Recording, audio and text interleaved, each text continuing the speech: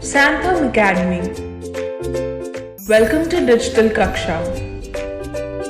To get updates on new videos, click the subscribe button and the bell icon. Hello students, today we are going to discuss about the chapter number 1, that is solid state. In this chapter, we are going to study about the constituent particles of the solid and how these constituent particles in solid are arranged. Due to this arrangement, the solid has got various characteristics property. Generally, as you have studied in chapter number 5, states of matter in class 11, that matter exists in 3 states: solid, liquid and gas. The state of matter depends upon the interparticle force of attraction between the constituent particles and depends upon the thermal energy of the matter. These are the two driving force which leads the matter to have a solid, liquid or gases. In case of solid state, where the thermal energy is less and it cannot able to overcome the interparticle force of attraction, due to which the constituent particles are present at a particular position and can only oscillate there. It means that the interparticle force of attraction is very, very high. Depending upon that, we can say that solid has got general characteristics. First one, they are rigid and they have got definite shape. As we say that since the interparticle force of attraction is very high and the kinetic energy of the constituent particle is very, very less, due to that the particles are present at a particular position only, and that is why they are very rigid, means they are very closer to each other. That is why they are very rigid and has got definite shape. Due to this only, the solid has got very high density in comparison to that of liquid and gases. Second one is, that is, since the kinetic energy cannot able to overcome the interparticle force of attraction, therefore the interparticle distance in case of solid is very, very less, means the constituent particles are closely packed with each other. Third one is, that is already we have discussed, that is the intermolecular force of attraction is very high. And last one is, since they can only oscillate at their position is fixed because the interparticle force of attraction is very high, and therefore they have got a very fixed position, and due to which they have got a definite shape. So these are certain general characteristics of the solid. Now, depending upon the arrangement of constituent particles, these constituent particles can be atom, molecule or ion.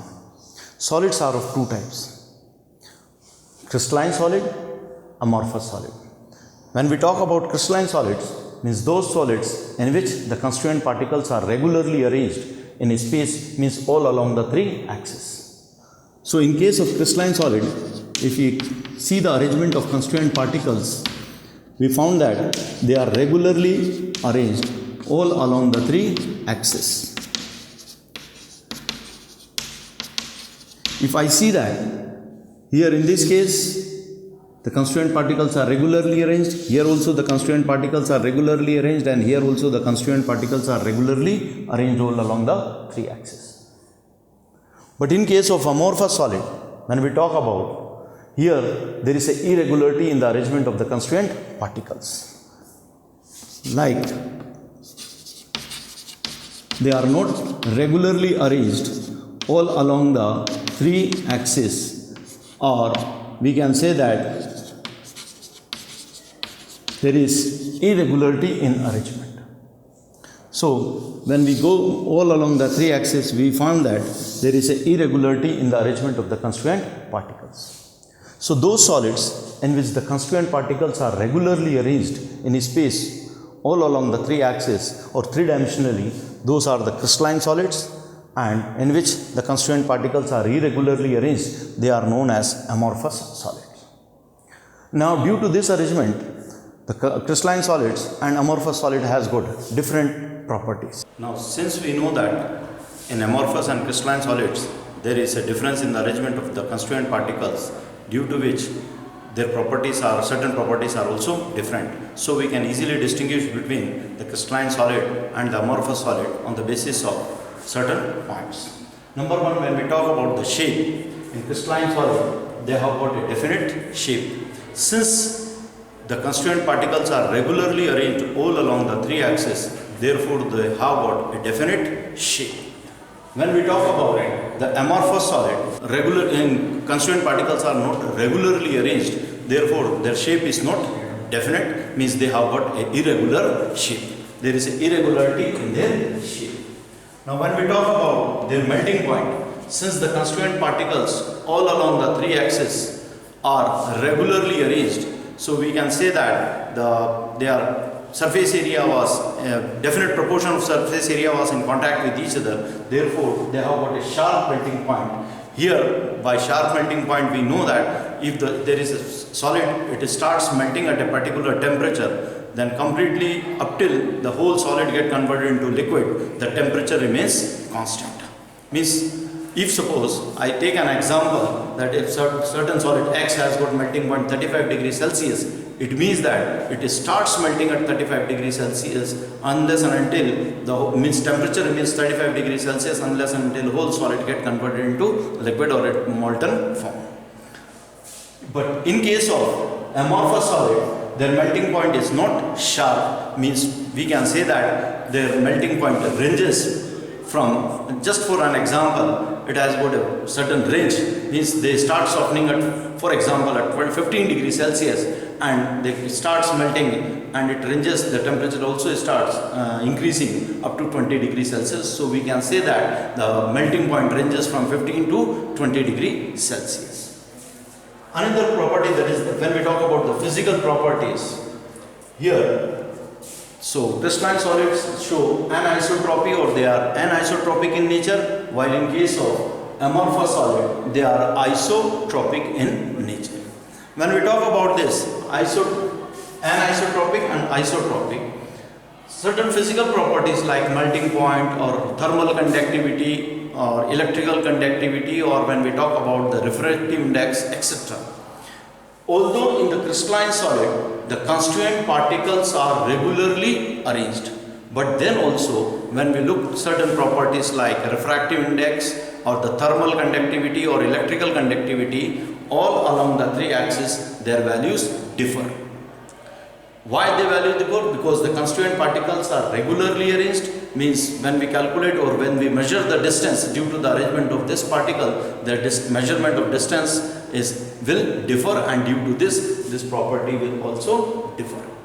But in case of amorphous solid, where the constituent particles are not regularly arranged, for the measurement no definite area was covering, and therefore all such physical properties like thermal conductivity, electrical conductivity or refractive index remain same all along the three axes, and that is why they show isotropy. Means we say that they are isotropic in nature. Next is cleavage. When we cut a crystalline solid with a sharp tool, on cutting the face, it get divided into two parts or three parts. The face is smoother, means the face which we obtain after cutting is smooth in or regular in their shape. But when we talk about the amorphous solid, there is an irregular cleavage was there. It means that when we cut them by a sharp tool, the face which we obtain is not a regular or not smooth, but it is irregularity was there.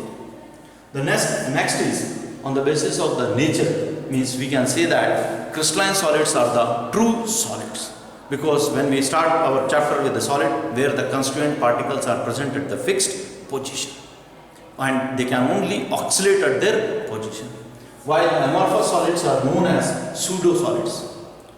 As you've seen that if you go for any building which is very old or heritage building, if you see the glasses there, they turns milky. Previously they are clear, but as the time passes, they turns milky. Reason is that due to the continuous heating and cooling, heating at the daytime and cooling at the night time, these crystalline solids get converted, means the amorphous solid, and that is the glass, which are the amorphous solid in which the constituent particles are not regularly arranged, or due to this continuous heating and cooling, they get converted into crystalline and they appears to be milky. This process of heating and cooling of glasses is known as annealing of the glass, and due to this annealing, they turns milky. Second example, we have seen that in many there is a deformity in the glasses occurs after certain times. Even at your home also you have observed that if a very old mirror was there at your home, if you see your faces at a different places, somewhere your eyes is big, somewhere nose is big, it is because the constituent particles, they start moving downwards under the influence of gravity, means the arrangement was get disturbed and therefore that deformity occurs in the mirror. Similarly, you have seen that when you go to the pans of old buildings, glasses, you will find that the lower portion little bit become thicker. The reason is that this glass particles or the silicate particles which are present in the glass under the influence of gravity, they start moving slowly. That is why we say that they are the pseudo solids, because in them the constituent particles are not at their fixed position. They are also known as super glasses. For example, glasses are also known as super cooled liquid because of this only. Last one is the arrangement of constituent particles. So as earlier in the starting we have seen that in the crystalline solid the constituent particles are regularly arranged. So that is why they are the long range ordered. They are known as long range ordered solid, because to a larger extent the axis on the constituent particles are regularly arranged. But in case of amorphous solid, here the constituent particles are not regularly arranged. Sometimes it happens that to a particular extent certain particles are regularly arranged and that area is known as crystallate, but they are short range ordered, means after sometimes again the deformity or irregularity occurs. Okay, so this about the difference in the property of crystalline solids and amorphous solid. Now since most of our solids are crystalline in nature, instead of amorphous, means the amorphous solids are very less, but in day-to-day life the solids which we come across are crystalline in nature. So we are discussing the crystalline solids in detail.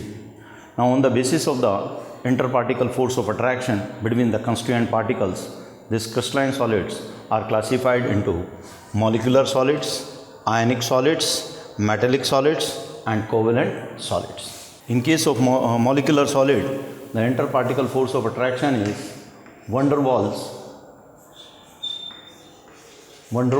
forces. In case of ionic solid, we know that here the interparticle force of attraction is electrostatic force of attraction between the oppositely charged. Electrostatic force of attraction between the oppositely charged ions. Next one is the metallic solid, in which the interparticle force of attraction is the metallic bond. And last one, in case of covalent solid, we know that the intermolecular force of or interparticle force of attraction is the covalent bond. Now, when we talk about the molecular solids in which the constituent particles can be atoms or molecules, here between the atoms and molecules, the weak van der Waals force of attraction was present. So depending upon the nature of molecular solids, they can be non-polar. So when we talk about non-polar solids,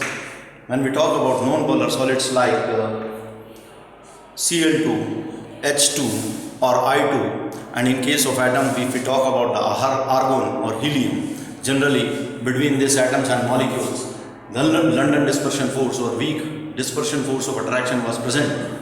So we can say that London dispersion force of attraction was there, due to which they are soft, their melting point is very less. Generally these solids are either liquid or gases at the room temperature, but at a very low temperature the interparticle force of attraction overcomes the kinetic energy and they get converted into solids. So molecular solids, depending upon the nature of the molecules, that is the non-polar molecules, like I have given the example of H2, I2 or Cl2, and when we talk about atoms like hydrogen and helium, argon and helium, there the weak London dispersion force of attraction was present at a very low temperature and they get converted into solids. Second one is, that is when we talk about if the polar covalent bonds are present. If the polar covalent bonds are present. So in case of polar covalent bonds, for example, when we talk about sulfur dioxide, if we talk about HCl. They are the polar, due to the difference in the electronegativity, they are the polar covalent molecules. Now between this, if we say that dipole-dipole force of attraction was present in this crystalline solid, dipole-dipole force of attraction was present, and due to that, again they are soft in nature because again it is a weaker force and their melting point is very very less. And the third category is that the hydrogen bonded. We know that in certain polar covalent compounds like H2, between the H2 molecules, strong hydrogen bonding was present. Due to this, their particles are very much closer to each other and their melting point is little bit more than that of, although they are soft in nature, but their melting point is little bit higher than that of the polar covalent solids. So this molecular solids on the nature of the molecules, that is the whether they are the polar in nature, whether they are non-polar in nature, or whether the hydrogen bond was present between them, they are categorized, and according to the force of attraction their melting point also differs. Now when we talk about the ionic solids, in this we know about the interparticle force of attraction is a electrostatic force of attraction between the oppositely charged ion, and since it is a stronger bond, the particles are very much closer to each other, their melting point is very very high, and we know that they are the bad conductor of electricity at the low in their solid state, but in their molten form or in their aqueous solution they becomes the good conductor of electricity, since they get dissociated into ions and ions can freely move from one place to another. Next one is the metallic solids. These are the solids of the crystalline structures of metals like copper, silver, gold or aluminum, and here in this case, since a strong metallic bond was present, therefore their melting point is very very high and they are the good conductor of electricity. And the last one is, that is the covalent solids.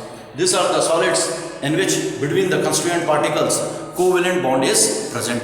For example, diamond and graphite. As you know that in diamond there is a covalent bond between carbon and carbon, and since it is a stronger bond, their melting point is very very high. So we can classify the crystalline solids on the basis of force of attraction which was present between the constituent particles, that is the molecular solids in which the van der Waals force of attraction was present. Depending upon the nature of molecules, they are of three types, that is the non-polar molecular solids, polar covalent solids and the hydrogen bonded solids. Similarly, in case of ionic solid, electrostatic force of attraction was present. In metallic solids, metallic bond was present, and in case of covalent solids, between the constituent particles, covalent bonds are present, and depending upon their strength, their conductivity and melting point differs. Thanks for watching. If you like this video, make sure to like, share and subscribe for more.